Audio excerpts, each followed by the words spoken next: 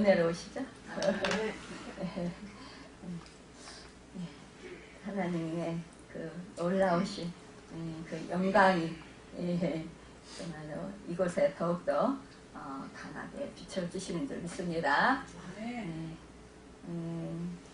참, 오늘 말씀의 제목은 신앙생활의 대전환이라는 제목으로 함께 말씀을 나누도록 하겠습니다.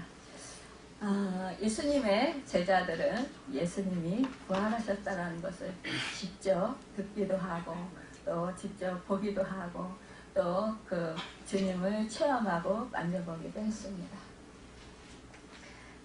참 의심 많은 도마도 또 왜요? 예수님이 찾아오셔서 예수님의 창자국 난 옆구리에 손을 넣어보고 또 못자국 난 그 손을 만져보고 그리고 뭐예요? 정말로 만져보라고 했을 때 그는 그 부활하신 주님을 보고 말했어요. 정말로 뭐예요? 주님을 정말로 구주로 고백을 했습니다. 살아계신 분이다. 정말 여러분 그러나 이 그 부활하여 영체가 되신 그 예수께서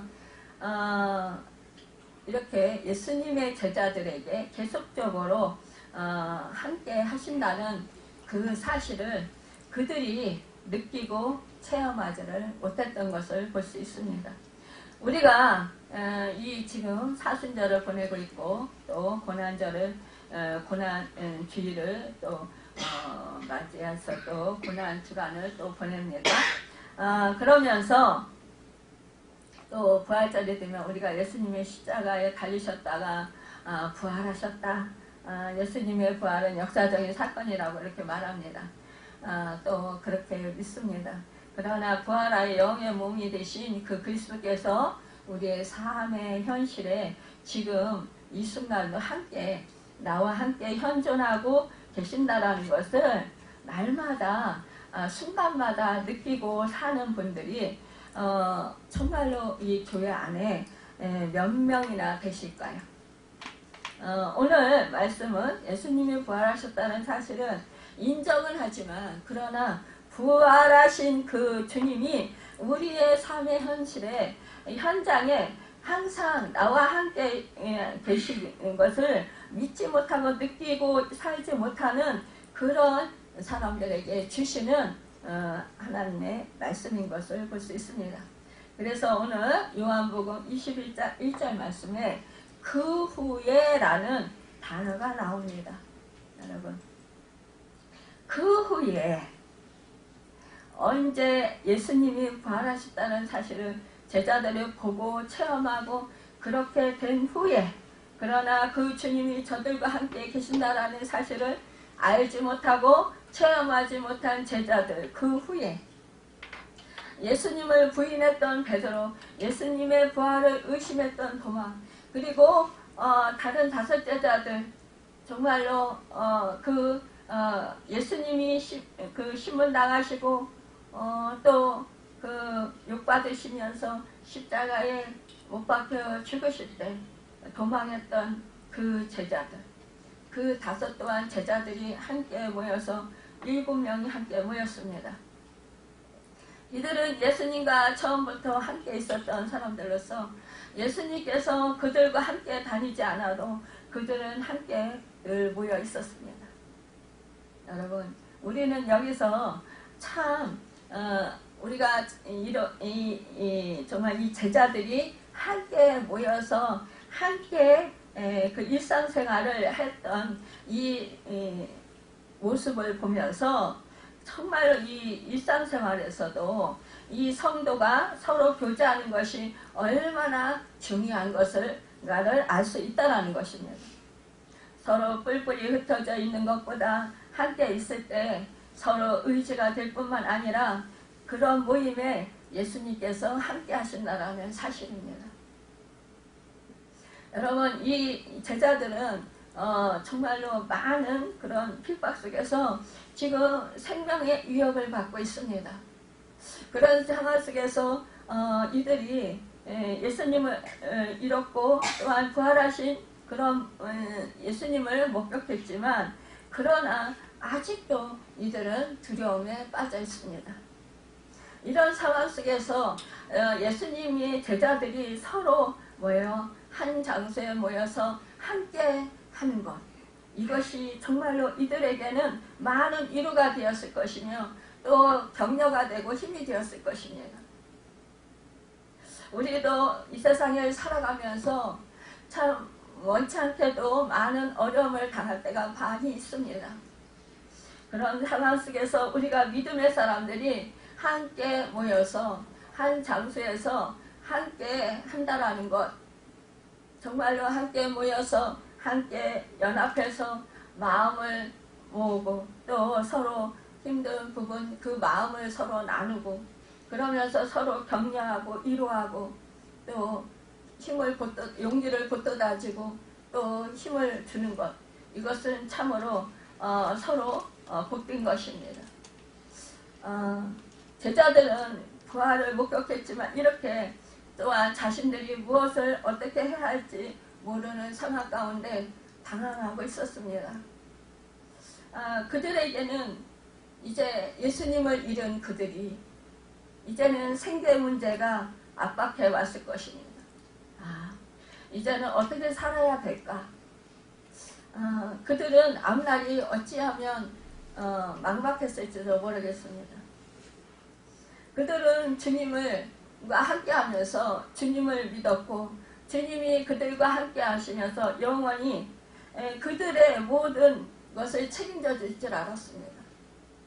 그런 상황 가운데서 지금 주님을 잃었고 더군다나 주님이 종교 지도자들로 또 백성들로부터 그러한 모욕을 당하시고 침뱉음과 모든 수욕을 당하시면서 그렇게 신문당하시고 또한 그 매질도 당하시면서 그렇게 십자가에서 죽음을 당하셨을 때 그들은 정말 절망하고 그들의 인생이 완전히 무너지는 것 같은 그러한 그 마음들이 되었을 것입니다. 그들은 주님만을 추종했고 주님만을 따랐습니다. 모든 것을 다 버렸습니다. 그리고 주님만을 따르면서 주님께서 자기들의 인생을 책임져실 거라고 그렇게 믿었습니다. 그런데 이렇게 주님을 잃었습니다.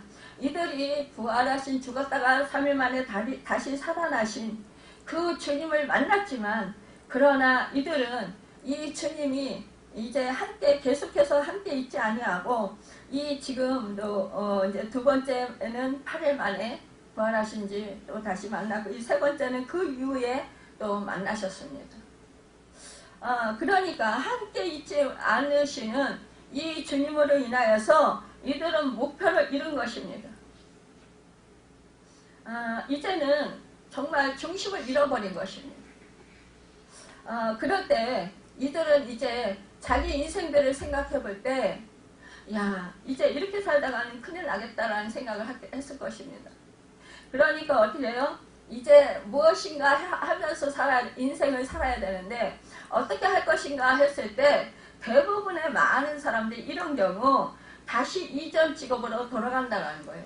예전에 자기가 해왔던 그러한 직종의 일을 하게 된다는 것입니다. 믿음의 여정에서 쉽게 다가오는 정말로 시련의 모습이라는 것입니다. 이렇게 신자들은 고난을 만나거나 갈 바를 알지 못할 때 과거의 생활로 돌아가려고 하고 또 자기만이 아니라 주위 사람들에게도 정말로 이러한 영향력을 주게 된다는 것입니다. 디베라 바다에 모여있던 이 7명의 제자들은 베드로가 뭐라고 합니까? 베드로가 이제 다시 물고기를 잡으러 가노라 하니 이렇게 말합니다. 그러니까 그 옆에 있던 다른 제자들도 그럼 우리도 함께 가겠다 이러면서 따라 나서는 거예요. 여러분 우리도 만약에 이러한 지금 절망적인 그런 상황에 처했다 그러면 이 대표적인 정말로 주님의 특별한 사랑을 받았던 이 베드로. 이 베드로가 이렇게 자기가 옛날의 직업인 이 물고기를 잡으러 가겠다. 그러니까 어떻게 해요? 함께 따라 나서는 것입니다. 아마 우리도 이렇게 할 것입니다. 대표적인 그런 사람이 이러한 경우 따라 나서게 될 것입니다. 그들은 예수님이 부활하셨다는 것을 알았고 만났습니다. 예수님께서 그들에게 오랫동안 나타나시지 않자 이들은 뭐요? 예수님께서 말씀하신 그 말씀을 잊어버렸어요. 또한 사명을 잃어버렸습니다. 다시 고기를 잡으러 그래서 갔던 것입니다. 우리들도 이와 같은 실수를 자주 범하게 된다는 거예요. 잠시 주님을 떠나 있으면 옛생활로 돌아가 버리기 쉬운 것이라는 것입니다. 우리도 생각해 보십시오. 우리의 어떠한 상황 가운데 정말 인생 가운데 어떠한 일을 진행하는 데 있어서 그거를 목표를 놓고 기도하면서 이제 나아가고 있습니다. 그런데 그 일이 잘 안 됐어요. 그럴 경우 어떻게 합니까? 분명히 우리도 또한 믿음에서 떠나간다라는 거예요. 우리는 주님께서 우리에게 명령하신 모든 사람을 명령하신 모든 말씀을 그러기 때문에 항상 기억하고 지켜야 한다는 거예요. 지금 이 제자들은 이 두려움에 빠져서 결국은 주님이 말씀하신 것을 지금 잊어버렸다는 거예요. 여러분, 제가 늘 말씀드리죠. 말씀을 잃어버리면 주님이 나와 동행하신다는 사실을 잃어버리고 주님이 나와 함께 하신다는 그 사실을 잃어버리면 우리가 지금 당한 그러한 정말로 절박한 상황 가운데 함몰되게 된다는 것입니다. 또한 우리가 살아가면서 어떠한 사소한 일이 있다 할지라도 그 일에 우리가 주님의 말씀을 내 마음판에 새기지 아니하고 우리가 정말로 성령에 충만하지 아니하고 우리가 말씀 붙들고 살지 아니하면 우리는 그 순간에 그냥 실수하고 만다라는 거예요. 그냥 넘어지고 만다라는 거예요. 마음과 생각을 그냥 빼앗기고 만다라는 것입니다. 그래서 우리는요 그냥 넘어져 버려요. 순간적입니다. 또한 우리의 마음이 연약한 부분도 있지만 또한 사탄은 그때를 노립니다. 그러니까요 우리가 정말 주님의 말씀을 잊어버리고 우리가 그 상황 가운데 마음을 뺏겨 있으면 어떻게 합니까? 그 상황을 더 통해서 우리로 하여금 하나님의 말씀을 지키지 못하도록 방해를 한다는 것입니다. 또한 더 큰 사건들을 만드는 것을 볼 수 있습니다. 그래서 우리는 질 수밖에 없습니다. 여러분, 그런데요, 참 제자들은 이제 바닷가에 가서 이제 그물질을 합니다. 어부로서의 경험이 얼마나 그들이 풍부합니까? 정말 날 때부터 그들은 어부였습니다. 그러니까 고기 잡는 데에는 아주 베테랑들입니다. 그런데도 불구하고 밤을 새면서 고기를 잡으려고 수고했지만 아무것도 잡지 못했다는 거예요. 밤새도록 헛구물질만 했다는 거예요. 헛손질만 했다는 것입니다. 여러분, 이 과거에 주님을 처음 만났을 때도 어땠습니까? 그때도 이들은 밤새 수고했지만 그러나 어떻게 해요? 지난번에도 그 밤새 수고했지만 얻은 것이 없었습니다. 그때 주님의 말씀에 의지해서 깊은 곳으로 가라. 그런 주님의 말씀에 의지해서 그들은 깊은 곳에는 고기가 없음에도 불구하고 말씀에 순종하여서 깊은 곳으로 가서 그물을 던졌습니다. 밤새 수고해서 그물을 이제 씻고 있었어요. 그런데 주님이 찾아가셨을 때 정말로 주님이 말씀하셨습니다. 다시 깊은 곳으로 가서 그물을 던져라. 밤새도록 지치고 밤새도록 헛손질해서 너무너무 힘들고 정말로 마음도 너무너무 내려앉고 너무너무 좌절되고 슬픈 마음이 있는데 그런데 주님께서는 깊은 곳으로 가서 그물을 던져라. 그런데 그 베드로가 뭐라고 했어요? 아, 주님의 말씀에 의지해서 우리가 밤새도록 수고했지만 그러나 의지해서 우리가 깊은 곳으로 가서 그물을 던지리이다. 그랬을 때 뭐예요? 그 고기를 잡게 되는 은혜를 맛보았습니다. 지금도 뭐예요? 그들은 과거로 돌아갔습니다. 그렇지만 그들이 과거에 했던 그 그물질, 또 그 고기 잡는 일, 물고기 잡는 일, 그 일을 했지만 그러나 뭐예요?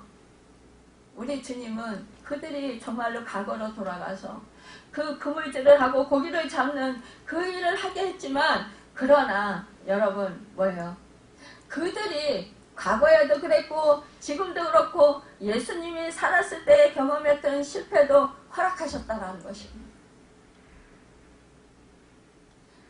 베드로를 비롯하여 예수님의 제자들이 앞으로 감당해야 할 사역과 관련해서 인간의 경험과 능력으로가 아니라 주님과의 동행이 필요하다는 것입니다. 주님과 함께 있어야 주님의 도우심 없이는 여러분 불가능한 일이다 라는 것을 하나님께서 깨달아 알도록 이들에게 역사하셨다는 것입니다. 여러분 우리도 마음으로 하나님을 믿어요. 주님을 믿어요. 성령님이 함께 하심을 믿습니다. 그럼에도 불구하고 여러분 우리는요 믿는다고 하면서도 주님과 함께 동행한다고 생각하지 않는 경우가 많이 있다는 거예요. 지금 성령님께서 나와 함께 하시면서 말할 수 없는 탄식으로 하나님께 나를 위해서 지금 중보기도 하시며 하나님의 뜻대로 나를 인도하시고 살게 하신다라는 그 사실을 잊어버린다는 거예요.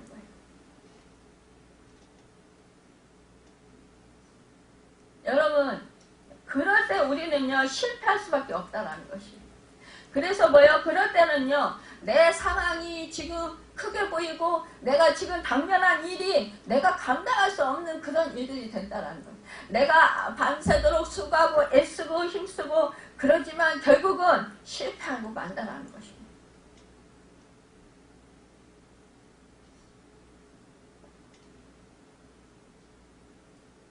여러분 이들은 뭐예요? 이제 예수님께서 정말 고기 낚는 그런 물고기 낚는 그 어부가 아니라 너희들은 이제 앞으로 사람을 낚는 그러한 사람들이 될 것이다 말씀했어요. 그렇죠?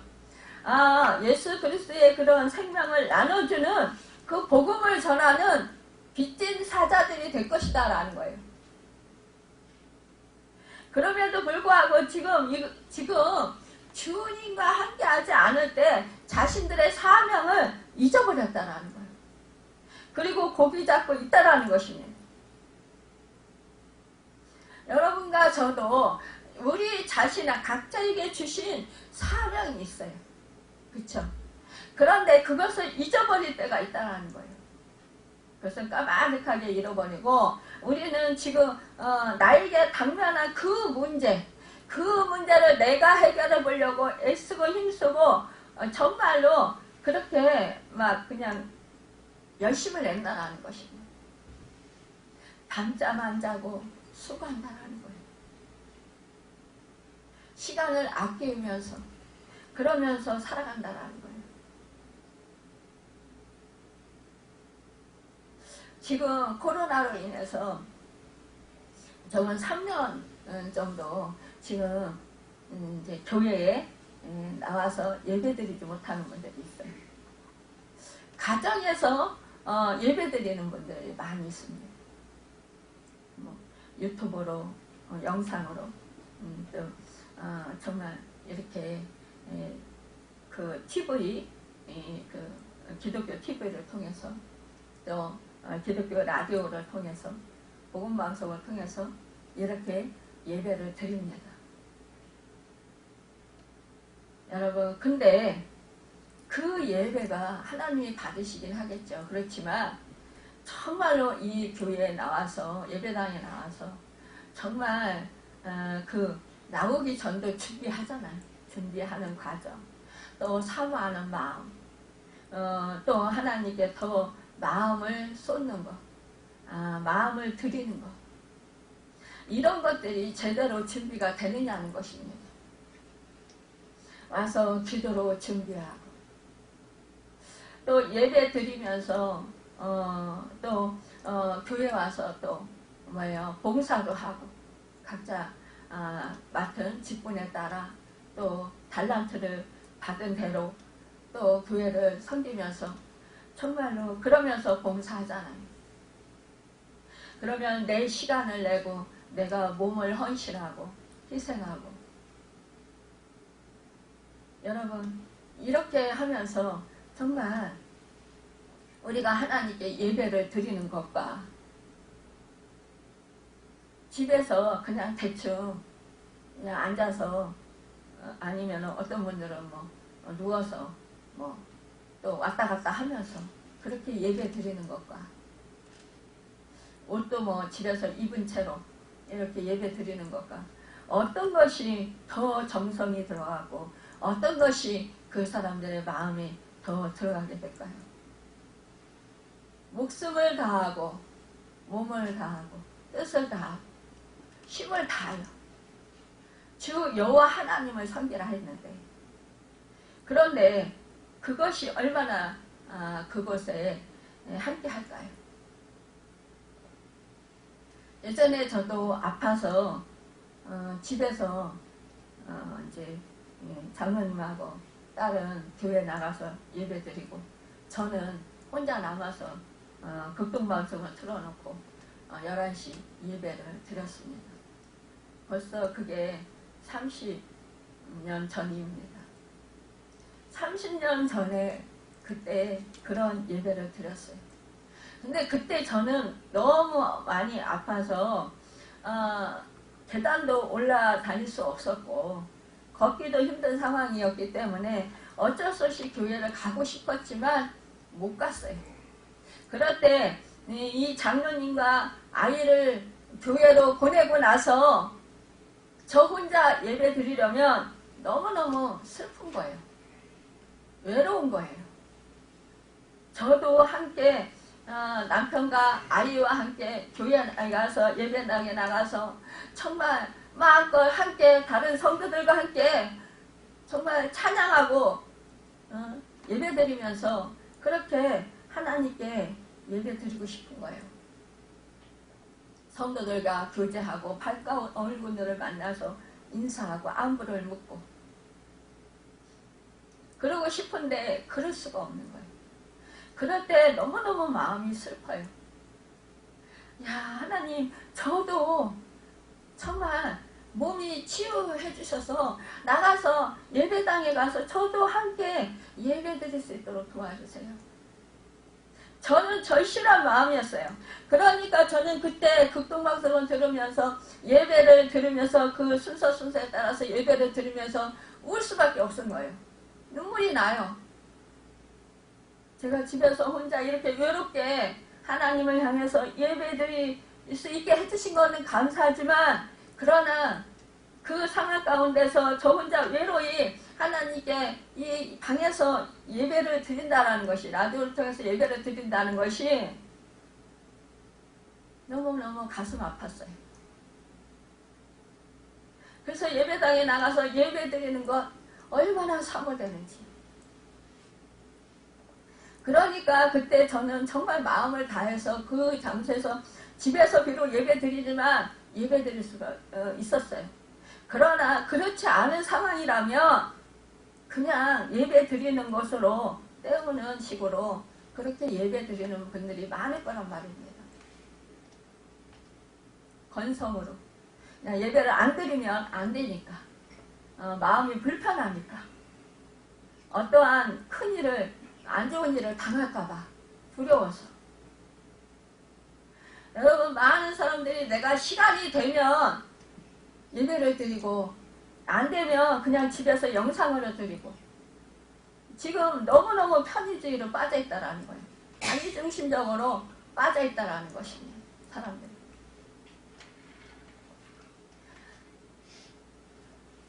여러분, 사실상요, 우리는 이렇게 하면 결국은 자기의 사명과 직분을 다 잊어버립니다. 내려놓게 됩니다. 많은 사람들이 지금도 뭐예요? 이 습관이 돼가지고 교회에 나가서 예배드리지 못하는 분들이 많이 있어요. 그래서 정말로 뭐 몇 년 방학 뭐 이런 분들이 많이 있더라고요. 여러분, 우리는 정말 이렇게 자신의 사명을 잊어버릴 수 있다는 거예요. 자신의 사명을 잊고 고기를 잡고 있는 이 제자들에게 예수님께서 찾아가셨습니다. 그것도 제자들이 밤새 고기를 잡으려 했지만 아무것도 잡지 못하고 지쳐 있을 때 그들을 찾아가신 것입니다. 이와 같이 주님께서는 우리가 각기 자기 길로 가다가 실패하고 지쳐 쓰러졌을 때 우리에게 찾아오시는 분이십니다. 우리가 자신의 힘이 연약함을 깨닫고 절망할 때 주님은 찾아오셔서 우리의 힘이 되어주시는 것입니다. 여러분, 우리는 우리가 실패 좌절할 때가 주님을 만날 때인 것은 그래서 깨달아 그렇기 때문에 절망하거나 낭망하지 말아야 된다는 것입니다.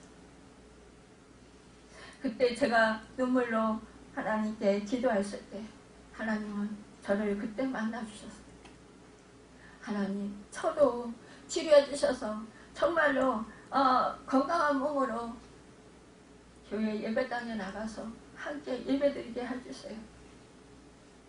그때 주님은 저를 만나주셨고 그때마다 그 주님의 그 조상화를 보면 눈물이 나는 거예요.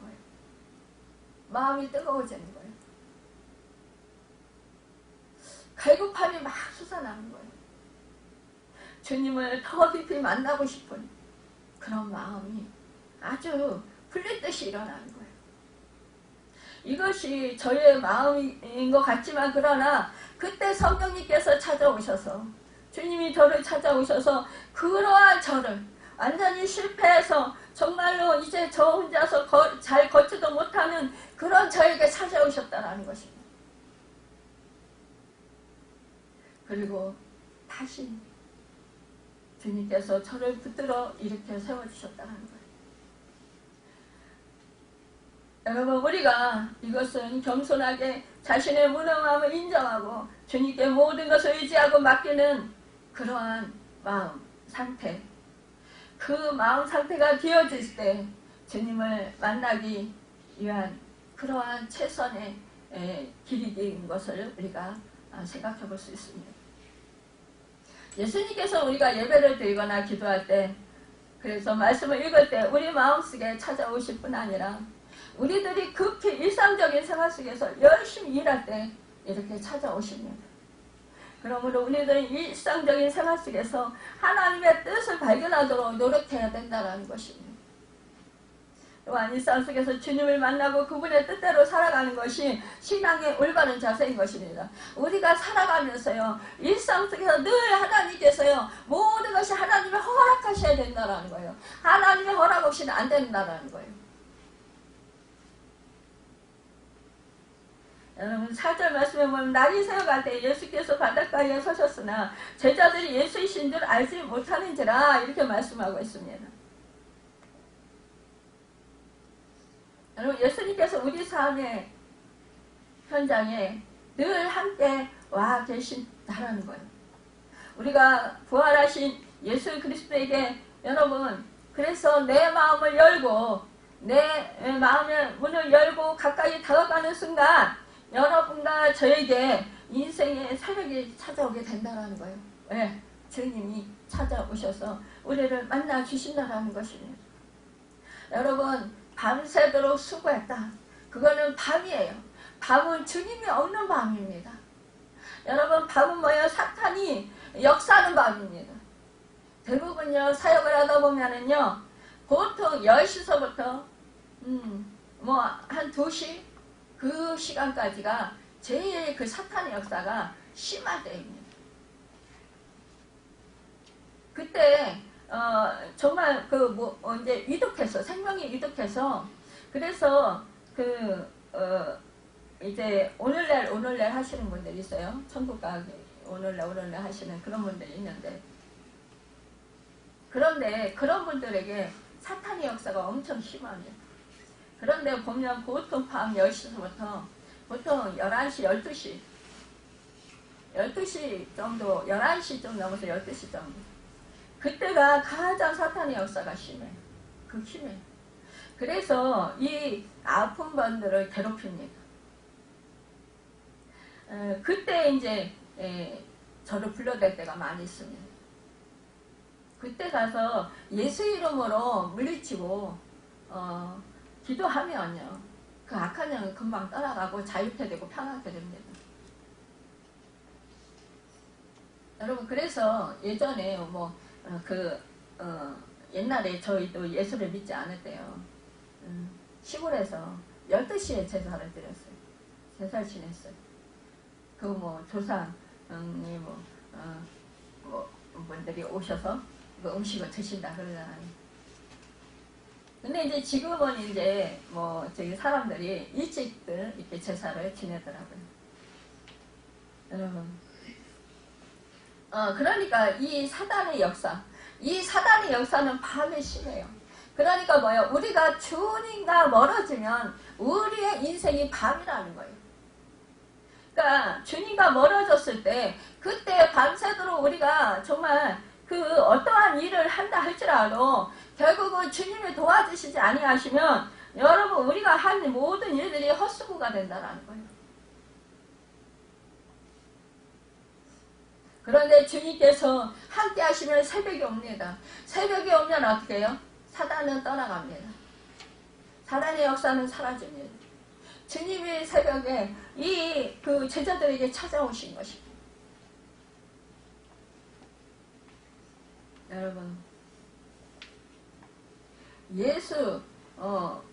여러분, 예수 그리스도는 어떻게 해요? 사탄을 이기시고 사망 권세를 이기시고 부활하신 예수님이십니다. 여러분, 그들에게 밤새도록 그렇게 고기 한 마리 잡지 못하고 있는 그 제자들, 그들이 고기를 잡고 있는 바닷가에 이렇게 예수님이 서신 것은 이제는 뭐예요? 이제 이곳에 정말로 새롭게 하나님의 은혜가 임하는 그런 은혜가 있게 된다라는 것입니다. 그럼에도 불구하고요, 이 예수님께서 서 계셨는데도 불구하고 상당 시간 그곳에 바닷가에 서서 계셨는데도 불구하고 이 제자들이 예수님을 인식하지 못하고 있었습니다. 얼마나 많은 여러분 우리 그리스도인들이라고 하는 사람들이요, 예수님을 예수님이라고 바로 알지 못하고 예수님으로 인식하지 못하고 얼마나 열심히 일하는지 모른다는 거. 예수님은 옆에 세워놓고도 못 알아보는 경우가 많이 있고 함께 동행하는 줄도 모르고 그러면서 자기가 자기 뜻대로 자기가 자기 의로 행하는 일들이 얼마나 많이 있는지 모른다는 거예요. 자기가 원하는 대로 자기가 주인이 되어서 자기가 생각한 대로 그렇게 행하는 경우가 얼마나 많이 있는지 모른다는 것입니다. 여러분, 그런데 예수님께서 말씀하십니다. 얘들아, 너희에게 고기가 있느냐? 여러분, 여기서요, 이렇게 참 예수님께서 왜 얘들아 라고 부르셨을까요? 아니, 나이가 많이 먹은 어른들에게 왜 얘들아 이렇게 부르셨을까요? 정말로 예수님께서 이들을 부르신 것은 이 호칭은요, 정말로 부모님이 어린 자식들에게 사랑하는 자식들에게 부를 때 얘야 하는 뜻이라는 것이에요. 예수님은 자신이 십자가에 못 박히실 때 자신을 모른다고 부인해서 도망갔던 이 제자들에게 오셔서 뭐라고 해요? 마치 부모가 자신의 너무 사랑스러운 자녀들을 부르듯이 제자들을 부르셨다라는 것입니다. 예수님께서 왜 다 성숙하고 어른들 이 제자들에게 이렇게 정말 얘들아 라고 이렇게 어린애들을 부르듯이 부르셨을까요? 거기 무슨 내용이 포함되어 있을까요? 너희는 너희 스스로 너희의 힘만으로는 살아갈 수 없다라는 것을 시인하라는 것입니다. 너희는 연약한 자야. 너희들은 어린아이들과 같아.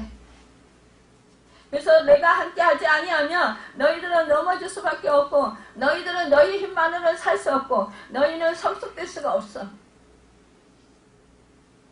너희들이 수고하고 애써보지만 그러나 실패할 수밖에 없다라는 것이에요. 여러분 연세가 70이 되고 80이 되어 신앙생활을 오래 하고 각각 직분을 가졌다 해도 주님이 저와 여러분을 부르실 때 얘들아 너희는 너희 스스로 너희의 힘으로 살아갈 수 없는 존재인 것을 시인해라 이렇게 말씀하신다라는 거예요. 얘들아 너희에게 고기가 있느냐?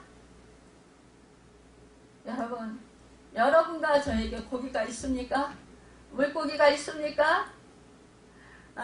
여러분과 제가 이 나이 먹도록 살아오면서 그 얻은 것이 얼마나 있습니까?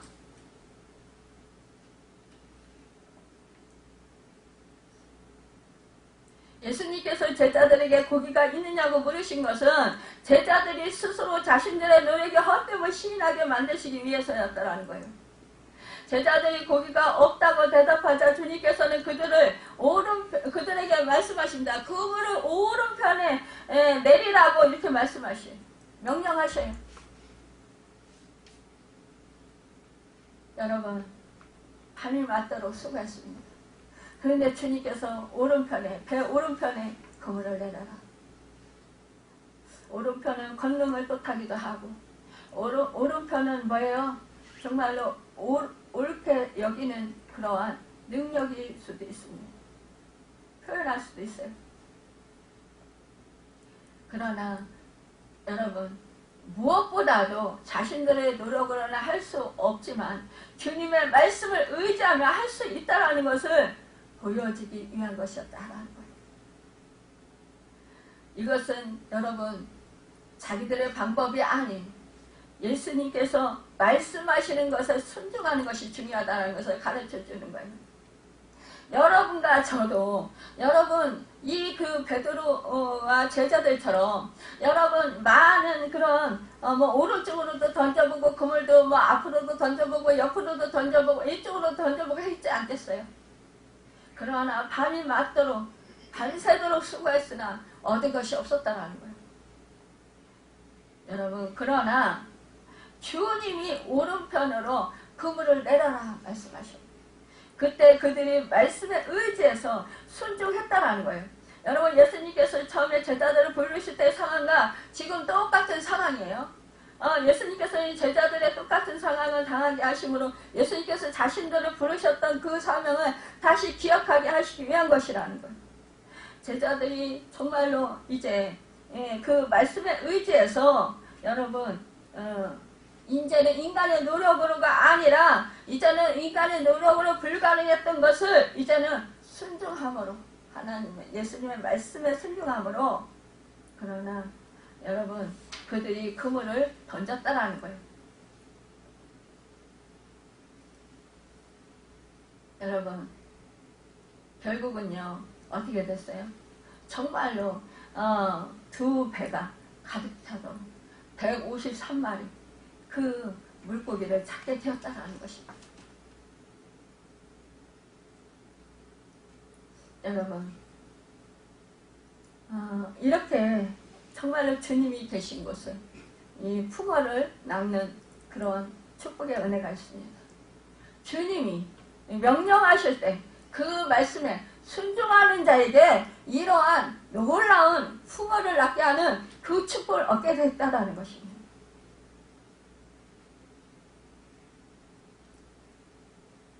여러분 그러면 어떻게 됩니까?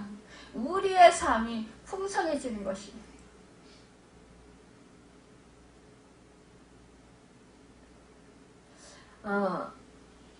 7절 말씀해 보면 예수님의 사랑하시는 그 제자가 베드로에게 이르되 주시라 하니 시몬 베드로가 벗고 있다가 주라 하는 말을 듣고 겉옷을 두르니 바다로 뛰어내리더라 했습니다.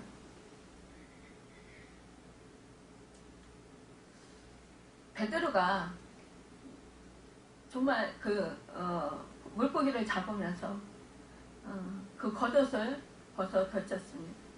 그래서 정말로 홀랑 그렇게 옷을 벗고 그렇게 열심히 고기를 낚아보았지만 그러나 결국은 잡지 못했는데 결국 주님이라 하는 말에 여러분 이 베드로가 겉옷을 걸치고 황급하게 막 그냥 주님이시라는 말로 바다로 뛰어내립니다. 여기서요 우리가 주님을 만나면 여러분 우리 주님께 정말 가까이 하는 순간 품위를 새롭게 지니는 것을 볼 수 있어요. 품위를 잃은 그리스도인 부끄러운 일을 부끄러운 줄 모르고 수치스러운 일을 수치스러운 줄 모르고 뻔뻔스러운 일을 뻔뻔스러운 줄 모르고 그대로 행하는 여러분 예수 믿는 우리 그리스도인 정말로 옷 잘 입고 벌거벗은 신사들이 얼마나 많은지요. 정말로 옷을 예쁘게 치장해서 잘 입고 그렇게 비싼 그 명품백을 들고 명품 옷을 입고 그렇게 정말 그렇게 아름답게 꾸민 그러한 성도들이 얼마나 많이 있습니까? 그럼에도 불구하고 여러분 이들은요 벗은 줄도 모르고 있다라는 것입니다.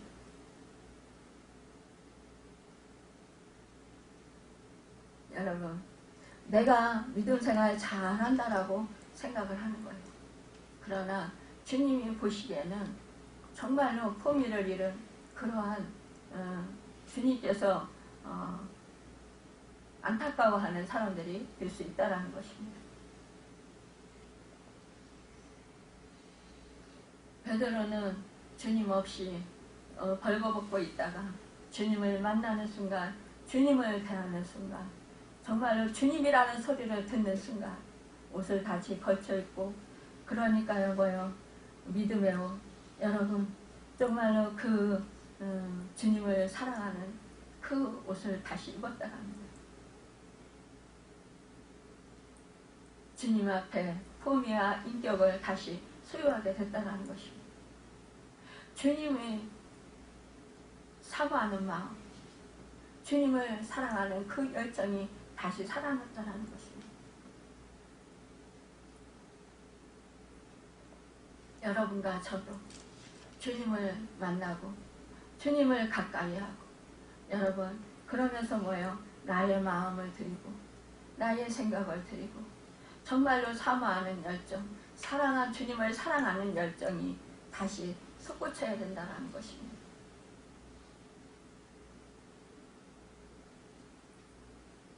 그런데 우리 예수님께서요 육지에 올라와 보니까 이 제자들이 육지에 올라와 보니까 숯불이 있는데 그 위에 생선이 놓였고 떡도 있더라 이렇게 말씀하고 있습니다. 떡도 구워놓고 계셨다라는 거예요. 여러분 우리 주님은 제자들이 밤새도록 수고하고 물고기를 낚지 못해서 정말로 지쳐있을 것을 알았습니다. 그렇기 때문에 우리 주님은 이미 이들이 정말로 잡기 전에 물고기를 잡아서 올라오기 전에 이미 이들의 필요를 아시고 생선과 이 떡을 준비해가지고 숯불에 굽고 계셨습니다. 이 허기지고 지친 이 제자들에게 먹이시기 위해서입니다. 정말로 주님께 배반하고 도망쳤던 이 제자들 주님이 그렇게 십자가에 지시기 전에 이미 말씀해 주셨습니다. 내가 죽은 지 3일 만에 부활해서 내가 다시 살아나서 갈릴리로 갈 거니까 그때 너희가 먼저 갈릴리로 가 있어라. 이렇게 말씀했는데도 불구하고 이 제자들은 두려움에 함몰되어서 이렇게 정말로 그렇게 사명을 잊어버리고 주님을 만나야 되겠다라는 그런 마음도 잊어버리고 그리고 이들의 이렇게 삶의 현장으로 다시 옛생활로 돌아갔다는 것입니다. 여러분과 저도 믿음 생활하면서 내가 정말 믿었던 주님 그분에게 기도하고 그분의 말씀대로 순종하려고 살려고 애썼지만 그러나 잘 안 될 때 또 내가 기대했던 것처럼 그 기대가 한 것이 잘 이루어지지 아니하고 또 실망하게 될 때 그럴 때 우리는 낙심해서 주님을 떠나게 된다는 것입니다. 믿음이 사라지게 된다는 거예요. 온데간데 없이.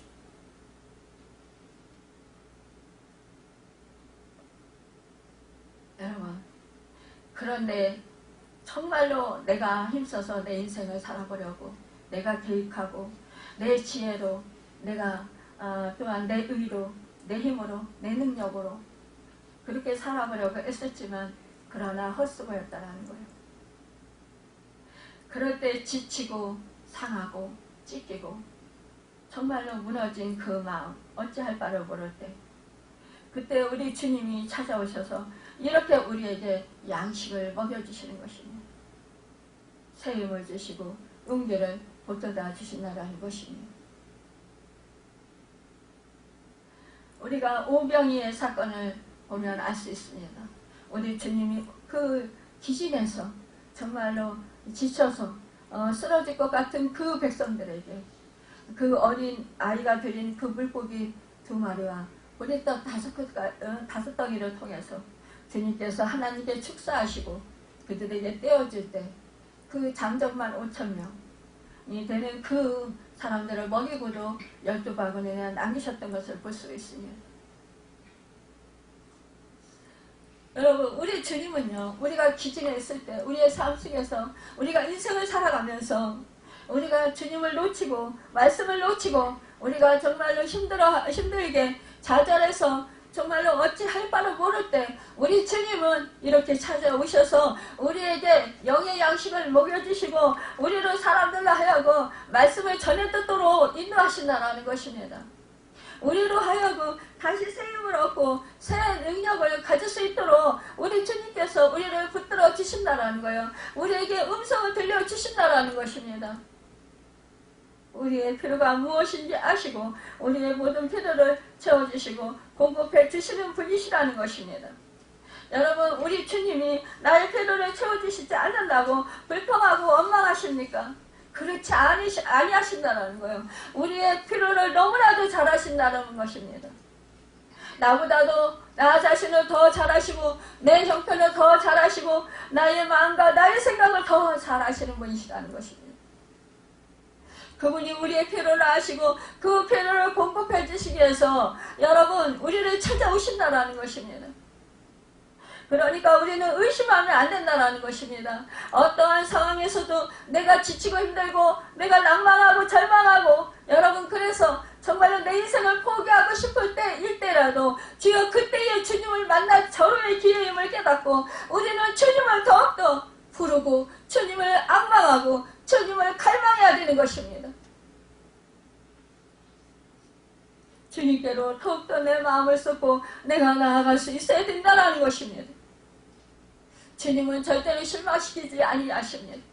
주님은 절대로 우리를 여러분 망하게 하시지 않는 분이 아니라는 것입니다. 우리를 살리시며 그 누구보다도 사랑하시고 몸버려 피 흘려 우리의 죄값을 치러주시고 우리를 구원해 주시기까지 사랑하시는 분이시라는 것입니다.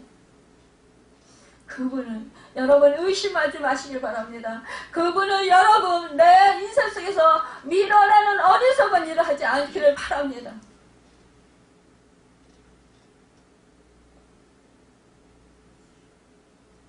우리 주님께서 말씀하십니다. 지금 작은 생선을 좀 가져오라.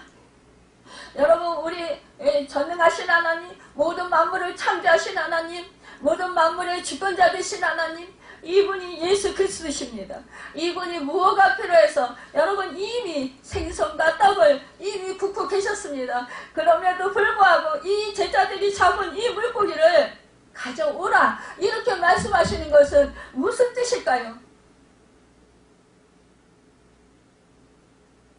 여러분 우리에게도 우리의 직분과 여러분 우리에게 주신 달란트, 우리에게 주신 물질, 우리에게 주신 시간, 우리에게 주신 건강, 여러분 우리에게 주신 그 모든 것을 여러분 우리 주님께서 가져오라고 하십니다.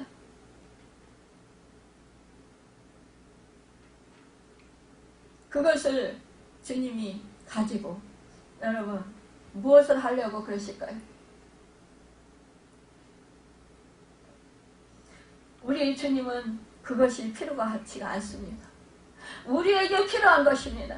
그래서 우리 주님이 가져오라고 하시는 것입니다.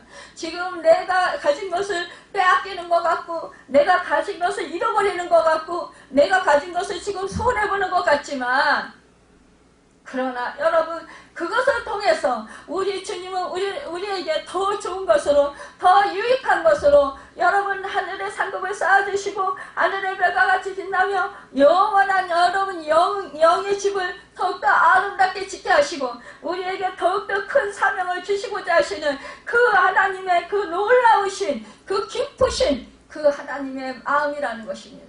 우리를 향한 하나님의 사랑의 마음, 우리를 위하시는 그 큰 하나님의 마음이라는 것입니다.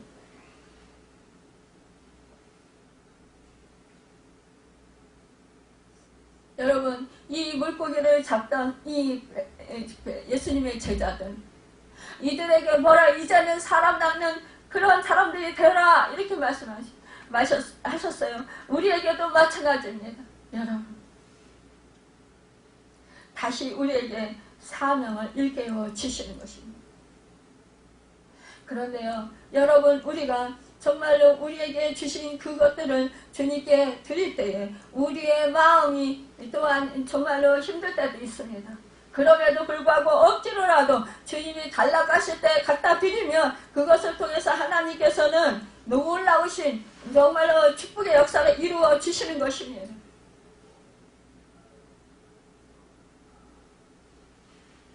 예수님께서 이르시되 와서 주반을 먹어라 하시니 제자들이 주님이신 줄 아는 고로 당신이 누구냐 감히 묻는 자가 없더라 이렇게 말씀하고 있습니다.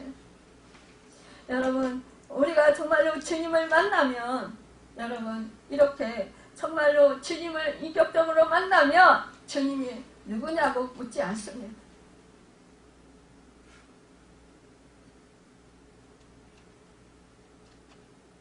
여러분 우리가 언제나 주님께서 우리와 함께 계신다라는 사실을 늘 잊지 마시길 바랍니다. 신앙생활하면서 예수님께 여러분 어떠한 사건이 있을 때 내가 이해하지 못할 때 우리는 참 궁금한 것이 참 많이 있습니다. 여러분 정말로 알고 싶고 더 깊이 알고 싶고 또 깨닫고 싶고 또 체험하고 싶고 그래서 궁금해서 어떤 건 궁금해서 또 물어보고 싶은 그러한 일들이 많이 있을 수 있습니다. 또한 어떠한 그 우리에게 고민이 있을 때 그럴 때 여러분 우리는 그 고민을 하나님께 정말 토해놓고 또 의논하고 싶어 합니다. 근데 의논하는 거는 좋다고 하더라도 여러분 때로는 원망하고 불평하고 또 하나님께 막 그냥 대들고 여러분 이렇게 버르장머리 없이 할 때도 있다는 것이. 그런데 지금 제자들이 주님 앞에 와서 정말로 누구냐 감히 묻는 자가 없다라고 했어요. 이미 주님이신 줄 알기 때문에 주님이 함께 하신다. 여러분 여러분과 저에게 주님이 함께 하시는 그 순간 여러분 그 자리가 바로 은혜의 자리고 그 순간이 은혜의 순간이라는 것입니다. 그러면 은혜를 받은 자는요 따지고 뭐 묻고 할 그런 게 없습니다. 여러분 그런 마음이 들지 않아요. 아 그냥 주님이시다. 아 안심이 돼요. 주님이시다. 여러분 기도 깊이 하시면 주님을 만나요. 그러면 정말 내가 뭐 이런저런 문제가 많이 있었어요. 그래가지고 그 문제를 해결해 달라고 울며 막 통곡하며 기도해요. 근데 주님이 임재하셔요. 그러면은 그 주님이 임재하심으로 말미암아 그 울고불고 하던 그것들이 딱 사라져요. 그 주님이 함께 하시는 그 순간 위로가 차고 넘칩니다. 주님이 함께 하시는 그 순간 이 문제는 해결되었다. 왜? 주님이 아시고 계시니까. 주님이 아시고 계시니까 주님 뜻대로 하실 것이다 라는 믿음이 생겨요. 그러니까 근심 걱정이 사라져요. 불평 불만이 사라져요. 원망이 사라져요. 오히려 죄송한 생각이 들어요. 주님 앞에서 내가 주님이 함께 하시는데 그것도 모르고 내가 지금 내 상황에 지금 함몰되어서 원망하고 불평하고 짜증내고 화내고 속상해하고 억울해하고 그랬었구나. 정말 내가 이렇게 하나님의 은혜를 너무 많이 받으면서도 이렇게 정말 철이 없구나. 정말 죄송합니다 소리가 거저 나온다라는 거예요. 바로 나온다라는 거예요. 그러면 우리는 그래요. 하나님 죄송합니다. 주님 죄송합니다. 내가 이것밖에 안 돼요. 내가 받은 은혜가 이렇게 많은데 주님이 나와 함께 하시고 나와 동행하시면서 나의 모든 필요를 아시고 채워주시고 공급해 주시고 풍성케 하시고 부유케 하시고 또한 여호와의 일일이 축복을 내려주시는데 그래 내가 이렇게 내 인생을 망할 것처럼 이렇게 근심하고 걱정하고 불평하고 환경을 탓하고 사람들을 탓하고 그러면서 그렇게 힘들게 살았습니다. 정말로 죄송합니다. 주님이 나와 함께 하시면서 내 사정을 다 아시고 내 형편을 아시니 주님이 나를 정말로 하나님의 뜻대로 살아가도록 인도하시고 주님을 닮도록 주님의 마음을 가지도록 인도하실 텐데 주님께서 다 책임져 주실 건데 내가 왜 그렇게 했을까요? 완전히 주님께 맡기지 못해서입니다. 주님께 내 인생을 완전히 맡기면 여러분 근심이 사라집니다. 여러분 걱정이 사라집니다. 두려움이 사라집니다. 염려가 사라집니다. 그러니까 절망할 필요도 없습니다. 오히려 감사가 넘치게 되는 것입니다. 기쁨이 넘치게 되는 것입니다. 감격이 넘치게 되는 것입니다.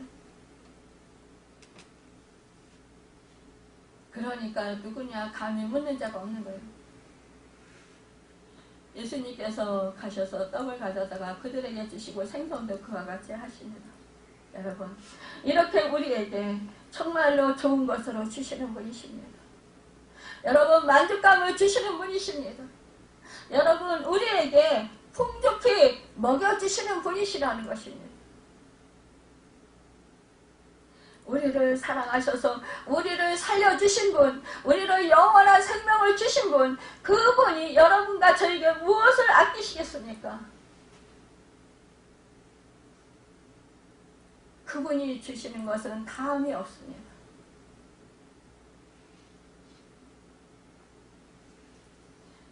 이들에게 세 번째로 여러분 부활하신 주님이 이렇게 나타나셨다고 그랬어요. 우리 주님은요 이 믿음 없는 제자들 이 제자들에게 자주자주 만나시면서 이렇게 믿음을 일깨워 주시고 다시 정말로 주님과 함께 하셨던 그 시간 그때를 떠올리게 하시면서 그때 말씀하셨던 주님께서 이 제자들에게 당부하셨던 그 말씀을 그 사명을 다시 깨우쳐 주시는 것입니다. 여러분과 제가 정말로 주님과 함께 이렇게 했을 때 여러분 우리 주님께서는 우리에게 자꾸만 각자에게 주신 사명을 다시 일으켜 세워주시면 각자에게 주신 그 여러분 주님의 뜻을 가르쳐 주신다라는 것입니다. 인도해 주신다라는 것입니다. 예수님께서 제자들에게 세 번씩이나 나타나시면 예수님이 그들과 항상 함께하지 않음으로써 당황해하고 방황해하는 제자들에게 용기를 주시고 격려해 주시고 주님의 은혜를 체험해서 사명을 잘 감당하게 하기 위해서였다는 것입니다. 여러분 이러한 그 주님이 우리의 삶 속에도 함께 하시면서 여러분 정말로 우리에게 영혼 구원의 그 비밀을 가르쳐 주시고 또한 우리에게 그 주님의 마음을 주셔서 영혼을 사랑하는 마음을 불리듯이 일어나게 하실 것입니다. 여러분 정말 사람의 영혼을 구원하는 일은요 완전한 하나님의 말씀과 성령의 역사로만 이루어지는 것입니다. 우리는 주님의 심부름꾼들입니다. 여러분 우리 주님이 지상명령을 하셨습니다.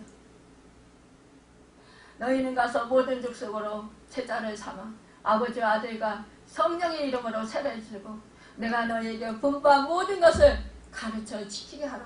볼지어다 내가 세상 끝날까지 너희와 항상 함께 있으리라. 이렇게 말씀하십니다. 여러분, 우리는 오직 주님의 말씀과 성령님만을 의지해서 사랑나는 어부가 되라는 주님의 명령을 잘 준행하는 우리 모두가 되어야 되겠습니다. 여러분, 우리가 정말로 이제 더욱더 주님을 늘 주님과 함께 동행함으로 말미암아 동행한다라는 그 사실을 늘 믿음으로 정말로 성령님을 모시고 우리가 함께함으로 말미암아 정말로 날마다 믿음이 성장하고 또한 하나님 말씀에 순종하고 행하여서 하나님을 기쁘시게 되는 아름다운 주님의 인격을 닮은 그런 주님의 제자들이 되고 또한 성령의 열매를 아름답게 맺어서 주님의 형상을 이루며 주님의 제자로서 생명의 복음을 전하고 하나님 나라 확장시키는 정말로 하나님이 기뻐하시는 여러분과 제가 되고 오부산나 교회가 되기를 예수님의 이름으로 축원합니다. 기도하겠습니다.